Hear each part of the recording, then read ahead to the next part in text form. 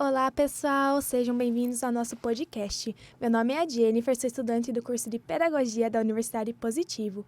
E hoje vamos conversar sobre um dos assuntos mais polêmicos e interessantes na área da educação. Para isso, eu tenho o prazer de receber aqui conosco a nossa estudante do curso de Pedagogia da Universidade Positivo, Gabriele Maito. Olá, Jennifer, tudo bem? Olá, Maito, seja bem-vinda! Obrigada pelo convite, Jennifer. É um prazer poder estar aqui hoje para discutir esse assunto tão polêmico e importante. Mas, afinal, sobre o que falaremos hoje? Então, o tema a ser abordado hoje vai ser alfabetização e linguística. Acredito que seja um assunto que renda uma discussão bem legal. Ótimo, realmente teremos boas ideias para compartilhar e debater. Mas poderíamos começar falando sobre alfabetização e qual o seu conceito. O que você acha, Jennifer? Sim, é uma boa, até porque a alfabetização é o processo pela qual as pessoas aprendem a ler e escrever, certo? Sim, é isso mesmo. Inclusive, nossa autora referência para o bate-papo de hoje, Magra Soares, apresenta justamente esse conceito da alfabetização, mais precisamente sobre a propriedade da tecnologia escrita.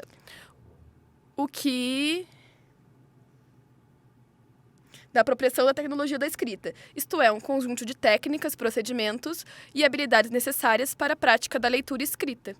E essa prática que a Magna apresenta, Maito, é muito importante nós mencionarmos que ela envolve principalmente o domínio do sistema de representação da escrita alfabética, das normas de escrita ortográfica, inclusive da aquisição dos modos de leitura e escrita, que, pelo que eu entendo, está bastante interligada e relacionada à linguística. Será que você poderia nos explicar um pouco dessa primeira relação entre a alfabetização nesse contexto que nós trouxemos como linguística? Claro, a linguística é a ciência que estuda a linguagem, e isso inclui a escrita. Por meio da linguística, podemos compreender melhor como a língua funciona, como as palavras são formadas, o que engloba justamente essa questão dos modos de leitura e escrita que você trouxe, visto que a linguística auxilia tanto no processo de aquisição da linguagem escrita, como no sentido que o estudante traz para a sua aprendizagem no momento da alfabetização. Então, indo por esse caminho, considerando tanto a linguística como a alfabetização, Jennifer, como podemos incluí-las de forma significativa na vida das nossas crianças e estudantes? Bem, a alfabetização é uma habilidade fundamental para a vida e para o desenvolvimento pessoal. Sem alfabetização, é muito difícil ter acesso a informações e entender como o mundo funciona e como se comunica efetivamente. Desse modo, a linguística pode nos ajudar a ensinar as crianças a ler e escrever de forma mais eficaz. Já que entendemos um pouco melhor sobre as palavras e frases são compostas, em um contexto mais amplo e com sentido, mas mesmo trazendo significatividade para um contexto de ensino-aprendizagem, não é verdade? Pela sua experiência, Maito, quais são os principais desafios a serem enfrentados pelos professores na hora de alfabetizar as crianças, incluindo a linguística? Bom, eu acredito que um dos principais desafios hoje é encontrar o método de ensino mais adequado para a realidade de cada criança. Então, sabemos que cada estudante tem seu próprio tempo e ritmo de aprendizado e possui habilidades e inteligências individuais. Então, nós, como professores e alfabetizadores, temos que analisar e encontrar a maneira mais adequada para cada tipo de realidade vivenciada. Realmente, as realidades encontradas nas escolas são diversas. E do mesmo modo que nos permite ter uma visão mais ampla e global das práticas de alfabetização hoje, nos desafia a compreender a realidade cultural, histórica e social das turmas de alfabetização. Maitor, anteriormente você mencionou a nossa grande referência da alfabetização e letramento, Magna Soares. Então, em relação a esses desafios que a Magna nos apresenta para auxiliar o processo de análise e planejamento do professor quanto aos métodos de ensino? Bom, a principal ideia que a Magda apresenta, que do meu ponto de vista é extremamente válida, é que toda criança pode aprender a ler e escrever. Então, depende do professor colocar o foco na aprendizagem e acompanhar o desenvolvimento cognitivo das suas crianças, com atenção principalmente sobre o que elas já sabem, isto é, o conhecimento prévio, para poder elaborar seu planejamento e guiar o processo de ensino-aprendizagem. Então, se refletirmos pela ideia do conhecimento prévio da criança e a realidade que ela se encontra, podemos considerar que não existe uma receita mágica para a alfabetização. O que existe é a análise do professor sobre a realidade e por isso é fundamental na linguística que esteja presente essa análise. Por meio dela, o professor poderá encontrar caminhos para desenvolver a aquisição da leitura, escrita com suas crianças e estudantes. Exatamente, Jennifer. Essa questão da realidade da criança é uma ideia muito forte sobre os aspectos da aprendizagem hoje. Inclusive, outros autores como Emília Ferreiro, Paulo Freire e até Vygotsky apresentam conceitos que mostram a importância da aprendizagem interligada ao convívio social da criança. Verdade, Marta. Agora que você comentou, lembrei do conceito-chave de Vygotsky, que apresenta sobre a área de mediação do professor, que tem tudo a ver com essa parte do desenvolvimento da criança, sua realidade, suas relações e o processo de aquisição da leitura e da língua falada. Ah, você deve estar falando da zona de desenvolvimento proximal, certo? Poderia explicar melhor sobre como ela funciona? Sim, então, de acordo com Vygotsky, o processo de desenvolvimento prepara e torna possível um processo específico da aprendizagem. Nesse caso, o professor deve considerar o nível de desenvolvimento de cada criança, para que cada criança possa estimular a aprendizagem dentro de um contexto que ela já se sente pertencente, ou já conhece seu conhecimento. E agora, relacionando a alfabetização linguística, você poderia explicar melhor, né? Claro, utilizando um exemplo concreto, poderíamos dizer que para que a criança aprenda as técnicas de leitura e escrita, ou seja, a alfabetização, ela precisa primeiro aprender a se comunicar por meio da fala, de desenhos, símbolos, de garatujas e até mesmo criar a percepção da existência das letras e textos em seu contexto e uso social. Entendi. Então, essa primeira etapa é a que o Vygotsky chama de desenvolvimento real, onde o professor pode analisar o que a criança já sabe referente à sua função social da leitura e escrita.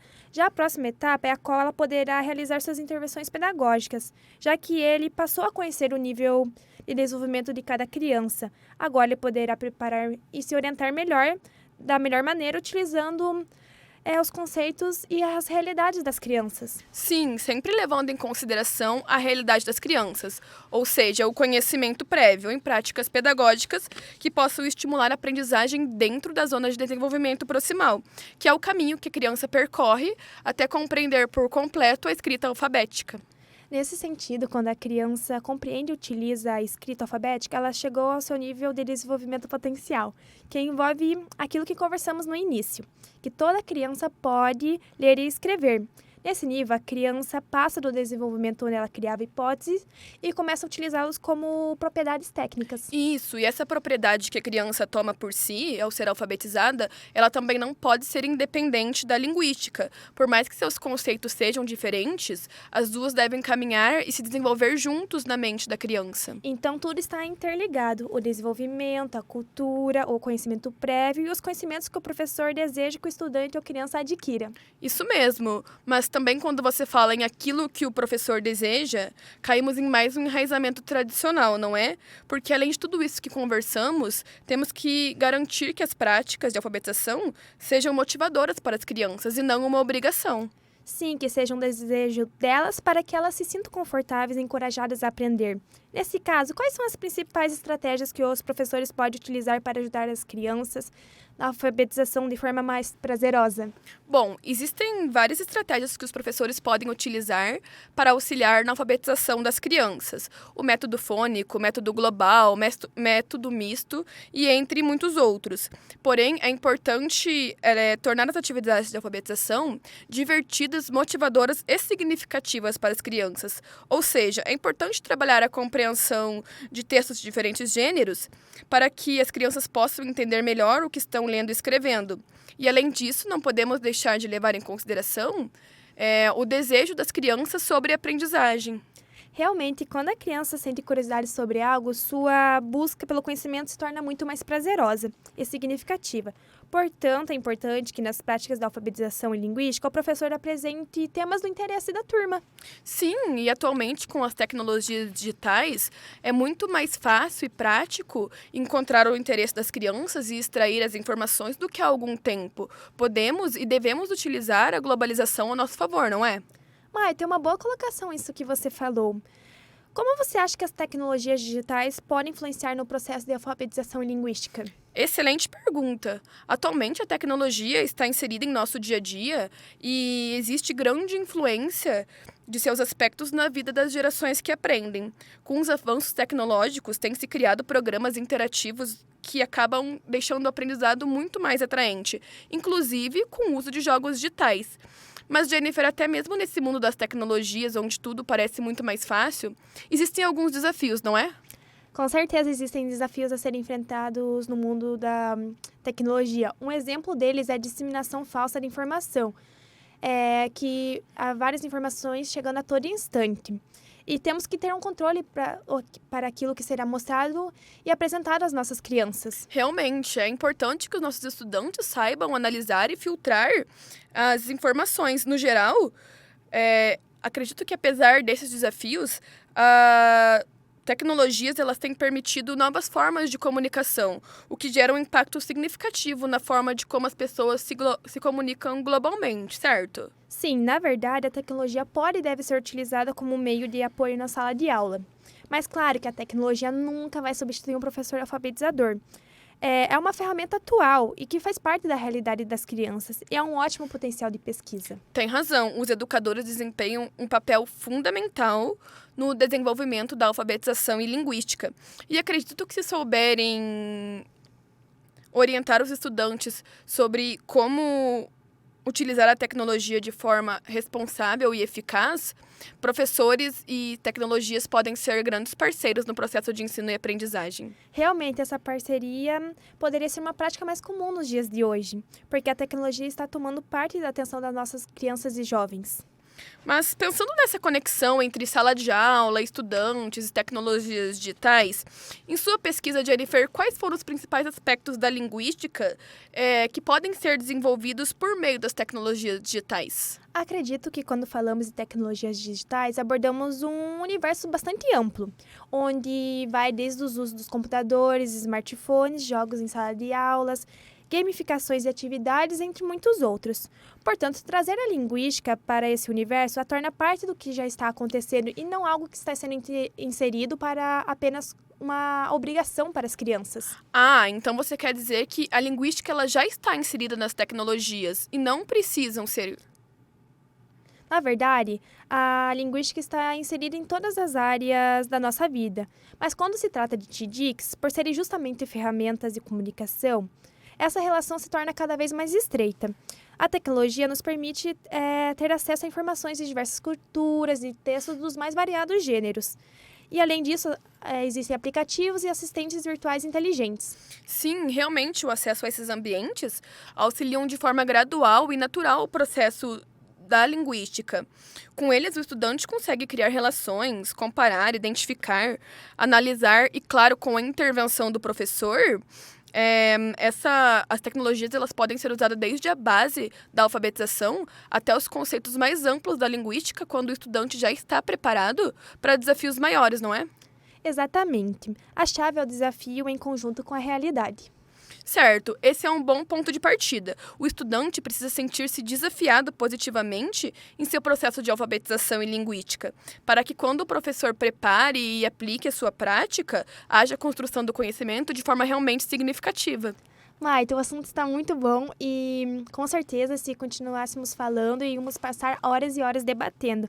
Mas acredito que podemos encerrar por aqui e deixar nossos ouvintes com um gostinho de quero mais. Com certeza, Jennifer. Assim, aguardamos para os próximos podcasts. Ótimo. Só para encerrarmos aqui, Maito, será que você teria alguma literatura, assim, como sugestão para os nossos ouvintes que se interessaram pelo assunto da alfabetização linguística? Claro, um dos meus preferidos, inclusive referência para o bate-papo de hoje, é esse, que é o Alfaletrar, da Magda Soares. Esse, que é a Alfabetização e Letramento, também, da Magda Soares. E uma outra ótima referência é a Construção Social da Mente, do Vygotsky. Perfeito, Maito. Muito obrigada por suas indicações. Agradeço muito a sua presença. Foi um enorme prazer poder estar aqui com você hoje. E queria agradecer vocês, meus ouvintes. E também queria agradecer por vocês terem estado aqui com hoje, dedicado o tempo de vocês aqui. E espero ter contribuído para a expansão do conhecimento de vocês sobre alfabetização e linguística. Eu que agradeço pelo convite, Jennifer. Agradeço também a Rede Teia e ao curso de jornalismo da Universidade Positivo. Foi um grande prazer poder estar aqui hoje. Então, tchau, tchau. Tchau, tchau. Até mais.